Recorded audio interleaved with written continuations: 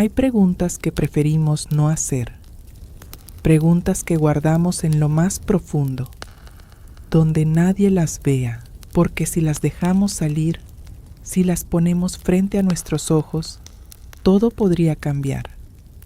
Esta es una de esas preguntas, una que ha perseguido a la humanidad durante 2000 años. Era un día como cualquier otro cuando Jesús pronunció las palabras. Estaba hablando del final de los tiempos, de ese momento en que todo se detiene y cada vida es pesada en una balanza invisible. La gente escuchaba con atención, algunos con miedo, otros con esperanza. Y entonces dijo algo que quedó grabado para siempre.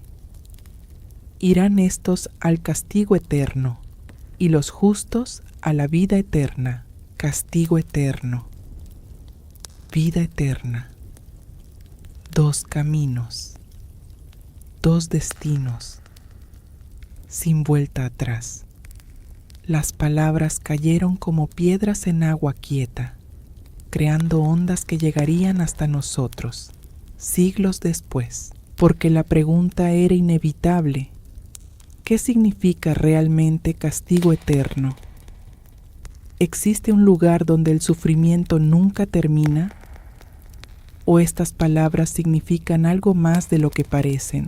Imagina por un momento que estás parado frente a dos puertas. Una lleva hasta un jardín lleno de luz, donde todo es paz y belleza sin fin. La otra lleva a la oscuridad, a un lugar del que nadie regresa. Jesús estaba describiendo exactamente eso, una separación definitiva, un punto de no retorno. Pero la pregunta que muchos se hacen es, ¿qué hay detrás de esa segunda puerta? Algunos dicen que es un fuego literal que arde sin consumirse nunca. Otros creen que es una metáfora de algo aún más terrible, la ausencia total de Dios, de esperanza, de todo lo que hace que la vida valga la pena. Y hay quienes piensan que el castigo eterno no significa tortura sin fin, sino destrucción permanente, como una vela que se apaga y nunca vuelve a encenderse. La palabra que Jesús usó fue aionios. En griego puede significar eterno, pero también puede referirse a una era, a un tiempo largo e indefinido. Algunos eruditos han debatido esto durante siglos. ¿Hablaba Jesús de algo que dura para siempre sin interrupción? ¿O de algo tan final que no tiene reversa? La diferencia es inmensa. Una implica sufrimiento continuo, la otra implica un fin absoluto. Pero hay algo más profundo aquí. Jesús no estaba tratando de asustar a la gente por asustar. Estaba advirtiendo, como un padre que le dice a su hijo, no toques el fuego. No porque quiera que el niño sufra, sino porque sabe lo que el fuego puede hacer. El mensaje de Jesús era claro. Las decisiones importan. Las acciones tienen consecuencias. Y algunas consecuencias no se pueden deshacer. Lo interesante es que Jesús usó las mismas palabras para ambos destinos. Eterno para el castigo, eterna para la vida. Si una es literal, ¿no debería la otra serlo también? Si la vida eterna significa existir para siempre en gozo, ¿no significaría el castigo eterno existir para siempre en sufrimiento? Es una lógica que inquieta, que desafía, que no nos deja dormir tranquilos. Pero aquí está el matiz. La vida eterna no es solo duración, es calidad.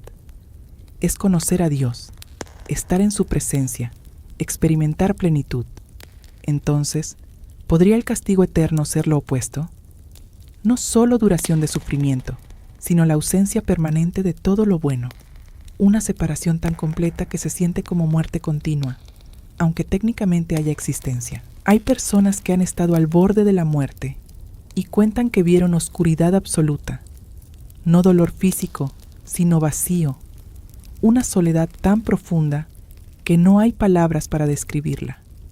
Quizás ese pues es el castigo eterno, estar para siempre lejos de la fuente de todo amor, toda luz, toda esperanza. No porque Dios lo imponga como venganza, sino porque fue la elección final de quien rechazó repetidamente su invitación. Y aquí llegamos al corazón de la pregunta. ¿Es Dios lo suficientemente amoroso como para permitir que alguien sufra eternamente? ¿O es lo suficientemente justo como para no forzar a nadie a estar con Él si no lo desean? Porque el amor verdadero no obliga. El amor verdadero respeta la libertad, incluso cuando esa libertad lleva a la autodestrucción. La respuesta no es simple, nunca lo fue. Jesús hablaba en parábolas, en imágenes, en símbolos que debían hacernos pensar, no darnos respuestas automáticas. Lo que sí es claro es esto: hay una línea que se puede cruzar, hay un punto donde las cosas se vuelven irreversibles, y esa línea existe no porque Dios sea cruel, sino porque las decisiones tienen peso real. Quizás la pregunta no debería ser si el infierno es literal o simbólico. Quizás la pregunta real es: ¿estamos viviendo de una manera que nos acerca a la luz o nos aleja de ella? Porque al final, el castigo eterno podría ser simplemente esto: obtener exactamente lo que siempre quisimos, alejarnos de Dios y descubrir demasiado tarde que sin Él no queda nada. Las palabras de Jesús siguen resonando, no como amenaza vacía, sino como advertencia amorosa, como un mapa que muestra dos caminos y nos pide elegir con cuidado, porque hay cosas en esta vida que son eternas, y lo que decidamos hoy podría determinar dónde estaremos cuando todo lo demás termine. La pregunta permanece abierta. La exploración apenas comienza. Hay un lugar en las Escrituras donde la oscuridad alcanza su punto más profundo, donde las imágenes son tan intensas que cuesta mirarlas de frente. Es el final del libro de Apocalipsis, y lo que se describe allí ha provocado escalofríos, debates y preguntas durante siglos.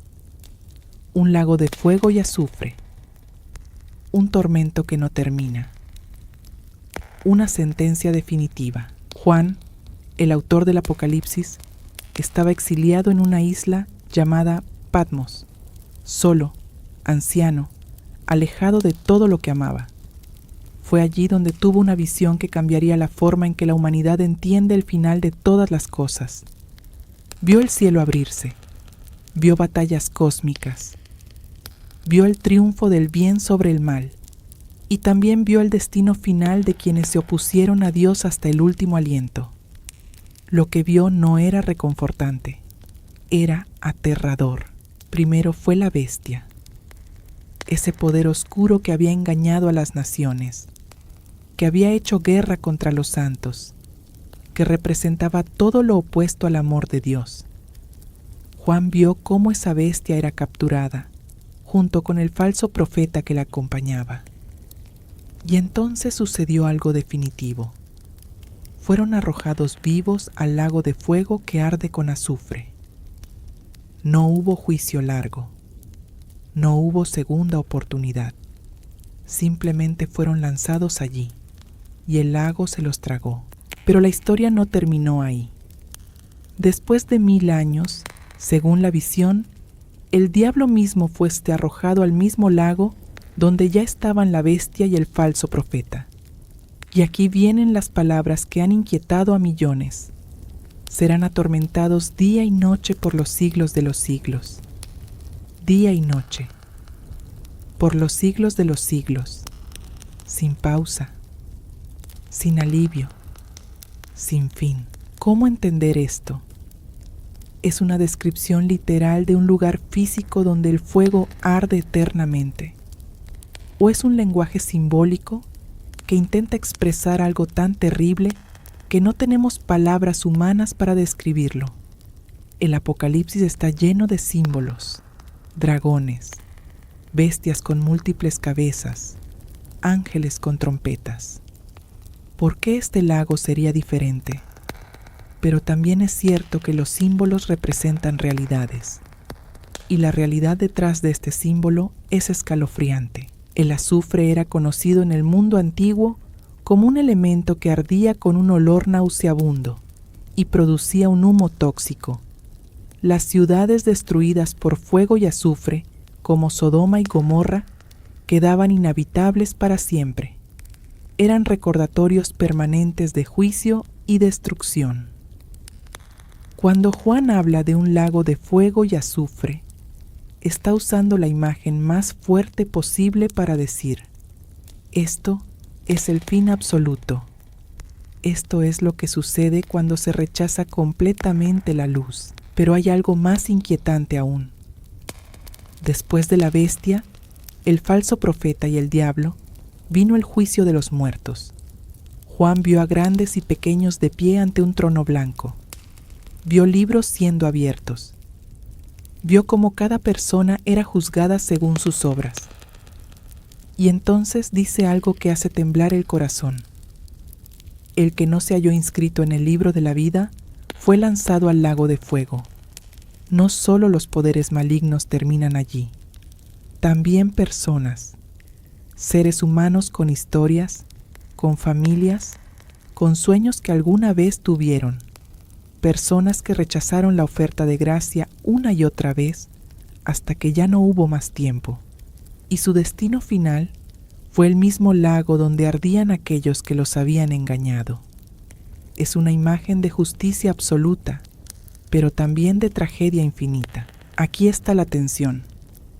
¿Cómo puede un Dios de amor permitir esto? La pregunta es válida, es necesaria, pero quizás la respuesta está en entender qué es realmente este lago de fuego.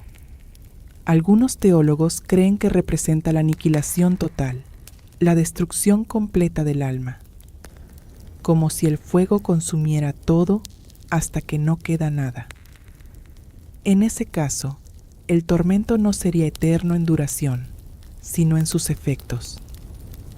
Una separación permanente de la vida. Otros argumentan que el lenguaje es claro, día y noche, por los siglos de los siglos. Eso no suena a aniquilación, suena a existencia consciente en sufrimiento continuo. Y si ese es el caso, entonces el lago de fuego es el lugar más terrible imaginable. Un estado de separación tan completo de Dios que todo lo que queda es dolor, remordimiento y desesperación sin fin. No porque Dios disfrute el sufrimiento, sino porque es la consecuencia natural de rechazar eternamente la fuente de todo bien. Lo que sí es claro es que este lago tiene habitantes específicos. No es un lugar de castigo indiscriminado. Primero van los poderes espirituales del mal, la bestia, el falso profeta, el diablo. Luego van aquellos cuyos nombres no están en el libro de la vida. Personas que vivieron como si Dios no existiera, que oprimieron a otros, que eligieron la oscuridad sobre la luz repetidamente. El lago de fuego es para quienes, hasta el último momento, prefirieron estar lejos de Dios. Y aquí está el misterio más profundo. Dios no envía a nadie allí por capricho. Cada persona que termina en ese lago ha tomado una serie de decisiones que los llevó exactamente a donde querían estar, lejos de Él. El problema es que lejos de Dios no hay vida, no hay paz, no hay esperanza. Solo queda el fuego que nunca se apaga y el gusano que nunca muere. Solo queda la consecuencia inevitable de haber rechazado la única fuente de luz. La visión de Juan no es una amenaza diseñada para controlar por miedo. Es una advertencia desesperada de alguien que vio el final y quiere que todos lo eviten. Es como gritar ¡cuidado!, a alguien que camina hacia un precipicio en la oscuridad. El lago de fuego existe no porque Dios sea vengativo, sino porque la justicia es real y las decisiones tienen peso eterno. Y mientras el lago arde en la visión, una pregunta permanece suspendida en el aire. ¿Hay algo más terrible que el fuego físico? Quizás sí, quizás lo más terrible es despertar en ese lugar y darse cuenta de que todas las advertencias fueron reales, que todas las oportunidades fueron desperdiciadas, que el amor que se rechazó era la única cosa que podía salvarnos. Y ahora es demasiado tarde. La historia nos lleva más profundo. Hay más que descubrir sobre este fuego que nunca se apaga. Había un lugar a las afueras de Jerusalén que todo el mundo conocía. Un valle profundo donde el humo subía constantemente, donde el fuego nunca se apagaba del todo, donde los gusanos se alimentaban de la basura y los desperdicios que la ciudad arrojaba allí día tras día. Se llamaba Gehenna.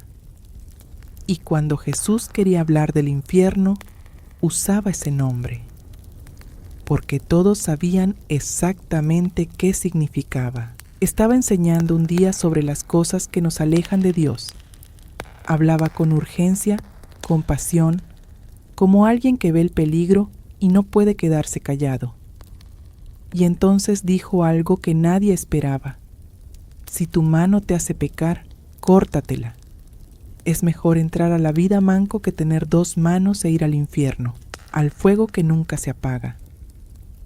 Las palabras eran duras, radicales, imposibles de ignorar, porque lo que venía después era aún más inquietante. Jesús continuó: donde el gusano de ellos no muere y el fuego nunca se apaga.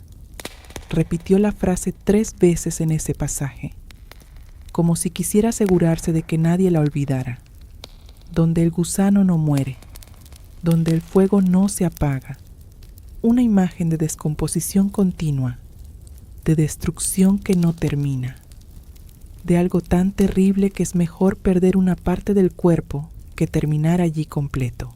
Pero, ¿qué significan realmente estas palabras? ¿Hablaba Jesús de gusanos literales y fuego físico? ¿O estaba usando la imagen más poderosa que tenía a su alcance para describir algo peor que cualquier dolor corporal? En el valle de Gehenna, los gusanos consumían lo que el fuego no alcanzaba. Era un proceso continuo de destrucción. Nada que caía allí permanecía intacto. Todo era reducido a nada, lenta pero inevitablemente. La imagen es visceral, incómoda, diseñada para hacernos retroceder, porque Jesús no estaba tratando de darnos una lección académica sobre el más allá. Estaba advirtiendo sobre el costo real del pecado, sobre lo que sucede cuando elegimos el camino equivocado una y otra vez. No porque Dios disfrute el castigo, sino porque hay consecuencias naturales para quien rechaza la vida misma. Y esas consecuencias son tan severas que cualquier sacrificio vale la pena para evitarlas. Pero hay otro texto que añade una capa más a esta comprensión. Pablo escribió a los tesalonicenses sobre lo que sucederá cuando Cristo regrese. Habló de aquellos que no conocen a Dios y no obedecen el Evangelio. Y dijo algo que ha generado debate durante siglos. Estos sufrirán el castigo de eterna destrucción, excluidos de la presencia del Señor y de la gloria de su poder. Eterna destrucción, no tormento eterno. Destrucción eterna. ¿Cuál es la diferencia? El tormento eterno implica sufrimiento consciente sin fin. Destrucción eterna implica un resultado permanente, irreversible, como un edificio que es demolido. El acto de demolición no dura para siempre, pero el resultado sí. El edificio nunca volverá a existir. Algunos eruditos argumentan que esto es lo que Pablo quería decir. No un proceso eterno de sufrimiento, sino un final definitivo del cual no hay retorno. Pero otros señalan que Jesús habló de un fuego que no se apaga, un gusano que no muere. Eso no suena a aniquilación rápida, suena a un estado continuo, y aquí está la tensión. ¿Cómo reconciliar estas imágenes? ¿Es el infierno un proceso de destrucción que eventualmente consume todo? ¿O es un estado de existencia consciente en separación eterna? La respuesta no es simple porque las escrituras usan ambos lenguajes. Quizás la clave está en entender que la destrucción no necesariamente significa dejar de existir. Puede significar perder todo lo que hace que la existencia valga la pena. Imagina estar vivo, pero completamente separado de todo amor, toda esperanza, toda belleza. Técnicamente existes, pero todo lo que te hacía humano ha sido destruido. Esa podría ser la destrucción eterna, no la eliminación del ser, sino la pérdida permanente de todo lo que hace que el ser tenga sentido. Pablo dice que esta destrucción viene con exclusión de la presencia del Señor. Y ahí está el horror real. No es tanto el fuego o los gusanos, es estar completamente, absolutamente, eternamente separado de la fuente de todo lo bueno. Dios es luz. Dios es amor. Dios es vida. Estar excluido de su presencia es estar en oscuridad total, ausencia de amor absoluta, muerte completa del alma. Y si eso dura para siempre, entonces el lenguaje del fuego que no se apaga tiene perfecto sentido. Lo que Jesús y Pablo están diciendo es esto. Hay un punto de no retorno. Hay una línea que una vez cruzada no se puede descruzar. Y al otro lado de esa línea está la destrucción de todo lo que pudiste haber sido. No porque Dios te obligue a ir allí, sino porque cada decisión que tomaste te llevó en esa dirección. Y eventualmente, si caminas lo suficiente hacia la oscuridad, llegas a un lugar donde la luz ya no te alcanza. La advertencia es clara. No llegues a ese lugar. No cruces esa línea. Es mejor renunciar a cualquier cosa, por preciosa que sea, que terminar donde el gusano no muere y el fuego nunca se apaga. Porque una vez que estás allí, excluido de la presencia de Dios, no hay salida. No hay segunda oportunidad. Solo queda la destrucción eterna de todo lo que pudiste haber experimentado. Y aquí está la pregunta final. ¿Por qué Dios permitiría esto? La respuesta es tan simple como dolorosa. Porque el amor no obliga. Dios no forzará a nadie a estar en su presencia si no lo desean. No arrastrará a nadie al cielo contra su voluntad. Y si alguien rechaza repetidamente su amor, eventualmente Dios respeta esa decisión. El problema es que rechazar a Dios es rechazar la vida misma. Y rechazar la vida lleva inevitablemente a la muerte, a la destrucción, al fuego que no se apaga. Las palabras de Jesús resuenan a través de los siglos. Donde el gusano no muere, donde el fuego nunca se apaga, no como amenaza vacía, sino como advertencia desesperada de alguien que nos ama demasiado como para dejarnos caminar hacia el precipicio sin gritar. El infierno existe no porque Dios sea cruel, sino porque la libertad es real y las consecuencias también. La elección siempre ha estado frente a nosotros. Dos caminos, dos destinos, vida eterna o destrucción eterna. Y cada día, con cada decisión, nos movemos un paso más cerca de uno o del otro. La pregunta no es si el fuego es literal o simbólico. La pregunta es, ¿hacia dónde estamos caminando? Porque al final llegaremos exactamente a donde nuestros pasos nos lleven. Y cuando lleguemos, será para siempre.